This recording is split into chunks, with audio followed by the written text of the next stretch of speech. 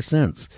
And Yeah, I've seen helicopters from being in the service, in Nam, sure. and I know what those lights look like. I know that it wasn't something from a helicopter because it was just too bright and too big an area it was covering, and it was an even light. It wasn't like lit part here, part there. It was a complete circle of light. Yeah, and you Yeah, would have heard it anyways. yeah, yeah. I didn't hear any trapper noise. Yeah, that's interesting. And then you got to wonder: is it alien or is it like an alien reproduction craft Yeah, by yeah. us? You know? It could have been too, but I don't know. In the mid '70s, it was probably realistically probably around 1974, 75. So I Yeah, don't think we had even anything was going on. I mean, I don't think our technology at that point could have been. At least my feeling is. I mean, unless that you go into Roswell and then you start going into the back reconstruction of UFOs that have crashed. I mean, maybe it's possible. yeah. I think it's definitely possible. I'm almost certain they were doing that in Germany Oh yeah. about 100 years ago. So I think by the '70s we would have definitely caught up to that, especially after Operation Paperclip, when we've already taken the German scientists after the war. So we had that technology then. Oh yeah, weren't they working something? I don't know. I don't know if the bell was for. Oh yeah, the bell, the Nazi Yeah, bell. yeah, and I think their technology was more than just rockets. I think they were Oh actually, yeah, yeah, they were going really great guns on it. exactly, and that's what brings us to Operation High Jump that we're going to be talking about in a little bit. I mean, really the technology the Germans had is 100 years ahead of its time, as far as I'm concerned. Oh yeah, I mean, We can only speculate, but I mean, I don't know. Now that we know that UFOs are officially, a real thing, thanks to the New York Times well, or the well, you know New York what? Post. Even some of the stuff that's come out from the government in the last couple of months, they don't deny it, but they don't say there is such a thing. But I'm going to say this as a person, okay? And I got in trouble for this a couple of weeks ago when I was talking about UFOs with Ryan. I can't believe, okay, we're the only planet with human life or with life, and just like people, we're all different ages. So I mean, the universe cannot stop. The universe, as far as I'm concerned, has to continue and keep continuing.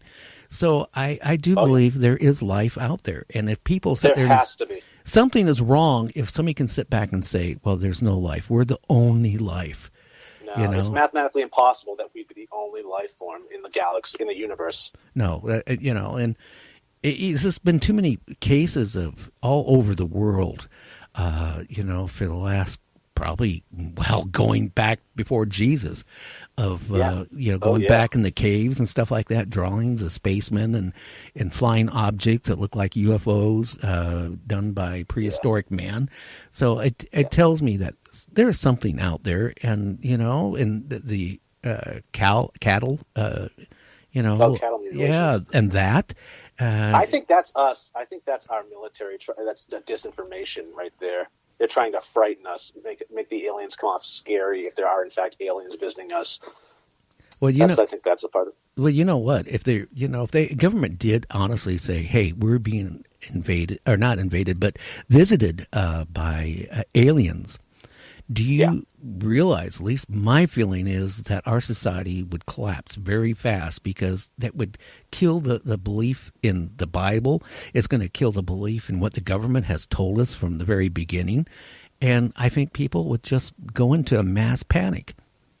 I don't know. I think that's. I think I think a we deserve a little majority. more I think credit. I think a majority would, honestly. I It's think there's kind of going. like when you. I don't know, when you find out that Santa Claus isn't real or the Easter Bunny isn't real, you don't revolt against your parents, or maybe you do. But that is probably what the government's thinking, and what that their reasoning behind. Well, they're so paranoid as it is, so of course that's the reason behind them keeping it a secret. Because they are afraid that it would affect society. Oh yeah, There would be a breakdown. I remember an old Twilight Zone series where the aliens came down and they gave a scientist, okay, a book, and it said the Book of Man, and it was Right. done in. I don't know if you remember that particular show, but it took them months to interpret their writing. But as they were taking Earth people to their planet to show them their planet and let them start life again, this one scientist was working on the whole thing, was ready to go on the spaceship to go and see their planet. And one of the other women scientists come running up to him. She goes, "Don't get on the ship. Don't get on the ship." And he goes, "Why?" To serve man is a cookbook. Yeah.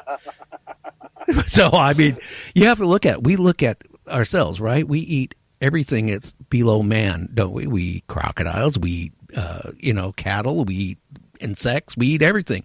So, I hate to say it, maybe an alien race that's 10,000 years or 100,000 years ahead of us might look at us just as we look at lower life.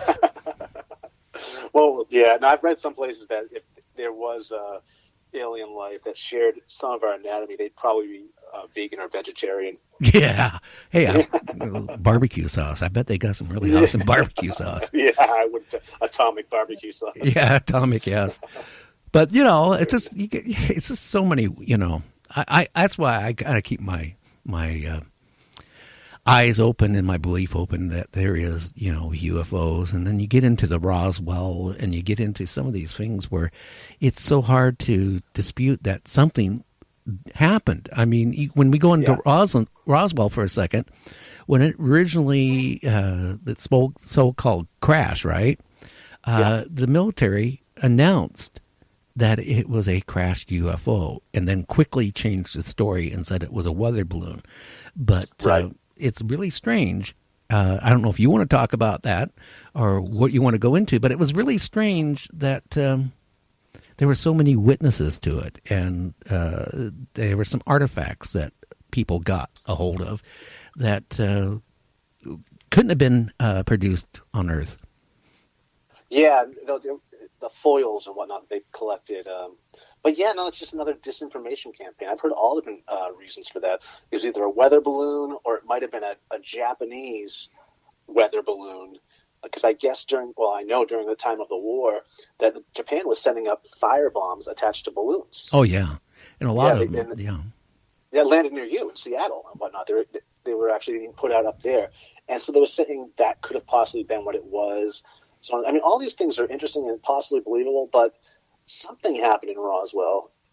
Something definitely happened in Roswell. We just don't know. And so many things happened after Roswell that indicate that something bigger happened there. I mean, that happened in June of 1947? Oh, yeah. I believe. Yeah. Okay, so right after that, you see the formation of the CIA and the Air Force. Yeah, really fastly.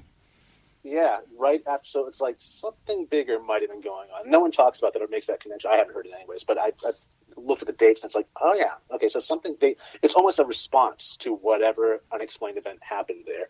Oh yeah, just like the mortician there in Roswell, claimed that that he saw bodies, and a fire person saw the bodies before they were ushered out by the military.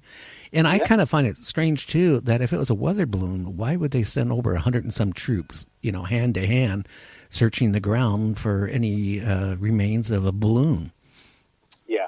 No, it's true. It was something else going on there, and it was a big cover-up really fast. Oh, yeah. Even before that, though, you go back even further, about 5 years earlier, you have the Battle of Los Angeles. Oh, yeah. And that, another thing, I believe they said was a blimp, maybe? Some type of dirigible, or maybe that was a weather balloon also. And you see some doctored photos online, so it's tough to really know what was there. But that also looks like possibly some type of... I mean, the government, or the government in L.A., the military there, they were afraid. They didn't know what it was. They really thought it was an invasion. Oh, yeah. Well, People died. Douglas, when you go back, because I've been in photography also all my life. Yeah. And before Photoshop, I mean, anything you had to do, back before the computer age, you can look at any image and you can tell really fast if it was doctored. So when you look at some of the original images, you know that they weren't doctored. And I can look at the ones that were, and I can tell, hey, this has been sandwiched in. It's a little bit off. It's, it's just, you can spot it right away. But there's so many I've seen that I know that weren't doctored. I mean, I was one of the first people in the country to use Photoshop. So I know what you can do and what you can't do in Photoshop. So, right. I mean, there's some pictures out there I look at and I know instantly, hey, those are fake as you know what. But then there's other ones I can sit there and look at for hours and hours, and I can't see how it, whoever did it was really great at manipulation. Exactly, and that's what it's like. You see the manipulation of negatives all the time. I actually did photography when I was in school as well, and it was before Photoshop also. So, yeah, I know exactly what you're talking about. And I've done a little bit of photo manipulation, old school photo manipulation myself, and I cannot achieve what I can with Photoshop these days. Oh, yeah. That's why, some of the paranormal pictures that people send me of ghosts and stuff like that. Yeah. I mean, back, say, around the 1900s and stuff, the photographer, took two negatives sandwiched together and said, oh, this is a ghost. But you look at it right away and you could tell, hey, it was sandwiched together. But back in that time frame, they would look at it and it would be just like, Sure. Yeah. It was new technology at the time. They hadn't seen anything like that before, so why not? Yeah. Even that picture of Abraham Lincoln and his wife, yeah, that's clearly like a layered ghost image, and since cameras were all the rage the last 75 years, we've made images like that ourselves accidentally. Oh, yeah. Oh, yeah. Hey, I did a multiple exposure. So exactly. The double exposures, I was doing those all the time. Oh, yeah. Join the crowd. Light leaks. For a while, it was like, this is an alien spacecraft. And it's like, no, that's just a light leak. I've seen a million of those. Or a cheap lens, where you're getting, yeah. Oh, hey, there's a UFO. No, yeah. No, that's a light leak. Of course, back in high school, me and some guys used to take hubcaps. And we would throw them at a 45-degree angle. Yeah, and try to say, hey, look at this picture of this UFO. But, it didn't pass. No, but that's smart. That's very Brady Bunch of you. No, hey, what can I say? I tried. Yeah. But anyway, let's get into some of the subjects here, and and get heavy into it. And I'll let you do most of the talking, and I'll just ask you questions and try to keep it going on. That's great. As I've mentioned, as a soap maker out there, I try to tie in stuff, themes that I enjoy. And one of the themes that I really enjoy is Operation High Jump in Agartha, or Shambhala, or Inner Earth. I actually created the soap trilogy around this, 3 parts, and it begins with Operation High Jump, which I call High Jump 47. Okay. And each sales page for each product has pieces of the story in it. So it begins with High Jump 47, which is the beginning of Admiral Byrd, Richard Byrd's mission to Antarctica. Are you familiar with Operation High Jump at all? A little bit, not very much. Yeah. Operation High Jump was, the Navy called it the U.S. Navy Antarctic Development Program. But to really understand what this is about, we kind of need to go back a little. Yeah, please do, because the people out there are going to be like me. They don't really know much about it or nothing. Okay, great. Now, some of this is speculation, some of this is fact. And I encourage anyone who's interested in any of this is to just take note and research it on their own and come to their own conclusions. But we need to go back to Germany, again, almost 100 years ago, to 1919, December 1919, when the Thule Society was created. This is like a secret society of mystics almost, and it was led by these mediums. One of them was Maria Orsic. Another one was Sigrun. There's a few of them, and they're women mediums.